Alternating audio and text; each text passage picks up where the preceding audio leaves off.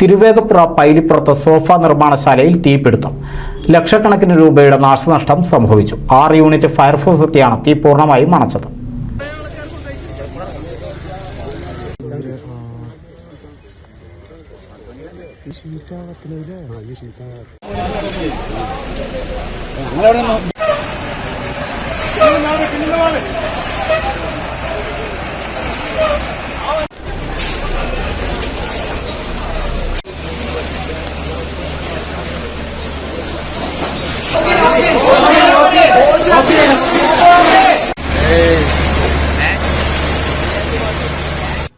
തിരുവേഗപ്പുറ പഞ്ചായത്തിലെ പൈലിപ്പുറത്തിന് സമീപം പ്രവർത്തിക്കുന്ന കസേരോ സോഫ ആൻഡ് ഇന്റീരിയർ എന്ന സ്ഥാപനത്തിലാണ് തീപിടുത്തമുണ്ടായത്.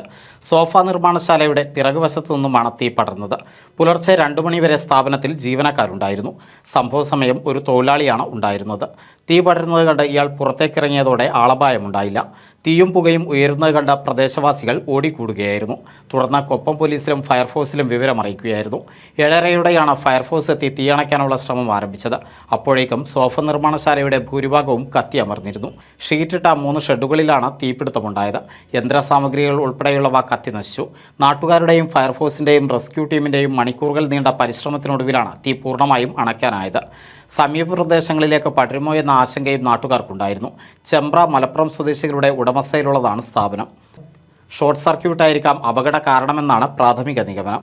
പട്ടാമ്പി, ഷൊർണൂർ, തിരൂർ, പെരിന്തൽമണ്ണ എന്നിവിടങ്ങളിൽ നിന്നുള്ള 6 യൂണിറ്റ് ഫയർഫോഴ്സ് യൂണിറ്റാണ് സംഭവസ്ഥലത്തേക്ക് എത്തിയത്. കൊപ്പം പോലീസും സ്ഥലത്തെത്തിയിരുന്നു. NCV news, Thrithala.